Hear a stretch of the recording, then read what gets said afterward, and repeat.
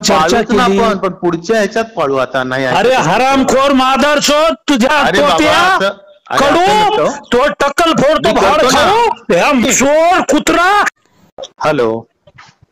हा भैया साहेब. हा भाऊ, मी तुम्हाला 2 फोन लावले, नंतर मग आता ह्याला बोललो, राहुलला बोललो डिटेल मध्ये, आणि ह्यालाही बोललो गोरेनला. हा तुमचा फोन लागला नाही म्हणून मग त्यांना बोललो. 2दा फोन लावतो, तुम्ही बघा मिस्ड कॉल आहे का नाही तुमचे. बोला. हा, तर काय झालं आता, अर्जुनराव साक्षीदार आहेत. अर्जुनरावला सुद्धा अर्जुनराव पण बोलले, मी पण बोललो, दानवेंना दोघांनी बोललो. ते म्हणले भैया साहेब आम्हाला काही प्रॉब्लेम नाही, तुम्ही पुढे दिलं तर आमचं काय अडचण नाही, पण ह्या वेळेस आम्हाला दिलं पाहिजे.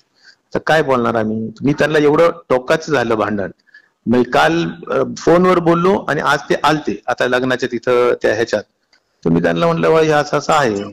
ते म्हणलं आपण पहिल्यांदा बोललो बबनरावांना, त्यात आले नाही, चर्चेत नव्हते, हे नव्हते. मी म्हणलं ते काही असो, पण माझं त्यांच्याकडून एवढंच झालेलं की आपल्याला राहुलला उपाध्यक्ष करायचंय.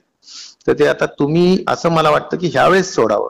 म्हणले नाही मला ह्यावेळेस. राजकारण मोठं नसतं, त्या उपाध्यक्ष पदात काही नाहीये, आम्हालाही माहिती आहे. एकच सांगू का, मी ह्यांना आणि तुम्ही शब्द दिला, अर्जुनरावच्या बंगल्यावर बोलला, चर्चा केली, पण पुढच्या ह्याच्यात पाळू आता नाही. अरे हरामखोर मादरचोद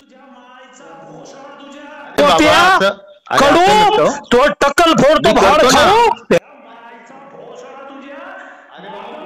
चोर कुत्रा.